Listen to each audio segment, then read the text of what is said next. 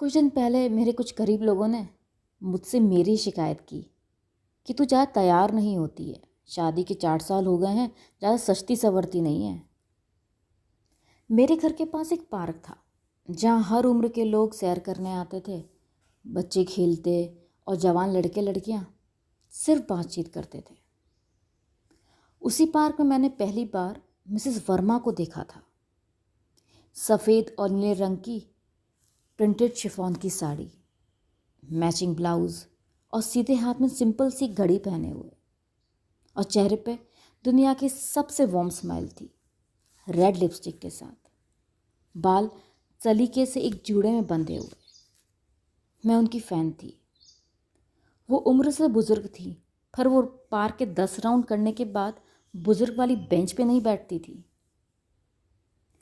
एक रोज़ मेरी दादी ने बारिश के चलते हुए घर पे ही महफिल सजा दी। मम्मी ने गरम गरम पकोड़े बनाए और मैंने चाय तैयार करी। बस इधर उधर की बात चली रही थी कि मैंने भी मिसेस वर्मा की बात शुरू कर दी कि मैं कितना उनको एडमायर करती हूँ। ये सुनते ही दादी के गले में तो जैसे पकोड़े अटक गए हों और चाय में नमक पड़ गया हो जैसे। बेवकूफ़ लड़की, मिसेस वर्मा एक विडो है, फिर भी देखा है कैसे तैयार होती हैं। लाल लिपस्टिक लगाती है, मैचिंग ब्लाउज़ पहनती है। ऐसा नहीं कि मेरी दादी को सजना संवरना पसंद नहीं था। जब दादी थी और पहली बार ब्रेस्ट कैंसर से लड़कर घर आई तो उनकी सबसे पहली फरमाइश नेल पॉलिश की थी। तो फिर मिसेस वर्मा जैसी इतनी एक्सेप्टिंग लेडी को इस बात पर डिसमिस करना कि वो एक विडो हैं और तैयार होती हैं, दादी के पकोड़ों की तरह, ये बात भी मेरे गले से नहीं उतरी। मैंने भी दादी से बोल दिया, उनके हस्बैंड की आखिरी इच्छा भी तो हो सकती है दादी। हो सकता है कि वो चाहते थे कि वो उनके बाद भी वैसी रेडी हों जैसे पहले हुआ करती थी।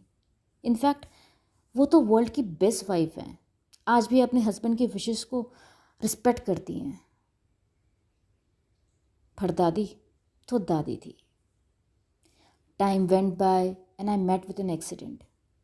मैं 1 साल के लिए बेड रिडन हो गई और उसी दौरान मुझसे घर पे मिलने मिसेस वर्मा आई। उसी रेड लिपस्टिक और वार्म स्माइल से उन्होंने मुझसे कहा, अरे how can a pretty girl like you get so unwell. चल जल्दी से खड़ी हो जा, मिस इंडिया में पार्ट नहीं लेना क्या तुझे। शायद वो भी मेरी फ़ैन थी। मैंने भी कॉम्प्लीमेंट वापस कर दिया, आंटी दूसरों का तो पता नहीं, लेकिन हाँ मेरे लिए तो मिस इंडिया वाली पर्सनालिटी सिर्फ आप हैं। मिसेस वर्मा ये सुनकर ज़ोर ज़ोर से हंसी, इतनी ज़ोर से जैसे उनको मालूम था कि उनका तैयार होना, सजना संवरना, वॉक पर जाना, उनका खुश रहना दुनिया को खलता है।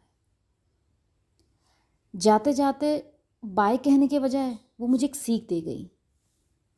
उन्होंने कहा, दुनिया में लोग एक गुना हैं, आँखें 2 गुनी, ज़ुबान 4 गुना और जजमेंट्स बेहिसाब।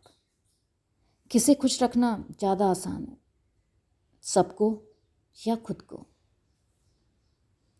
कितनी आसानी से मिसेस वर्मा ने अपने तैयार होने की खुशी को अपनी रोज़मर्रा में दिखा दिया। बेखौफ, बेपरवाह, अपने आप को कितने एक्सप्लेनेशन और झूठों से उन्होंने बचा लिया। मैं अक्सर लोगों को अपनी खुशी के लिए काम तो करते हुए देखती हूँ, पर उस काम की वजह वो दूसरों की भलाई बता देते हैं। तो फिर क्यों मिसेस वर्मा ने झूठ नहीं बोला कि उनका तैयार होना उनके पति की आखिरी इच्छा थी। कुछ दिन पहले लोगों ने मुझसे पूछा था कि मैं तैयार क्यों नहीं होती, मुझे कंप्लेन की मुझसे ही। उस समय मेरे पास का जवाब नहीं था, पर आज है। मैं उतना ही रेडी होती हूँ जितना मैं खुद को भाती हूँ, जब कॉलेज में थी तब भी और शादी के 4 साल बाद भी।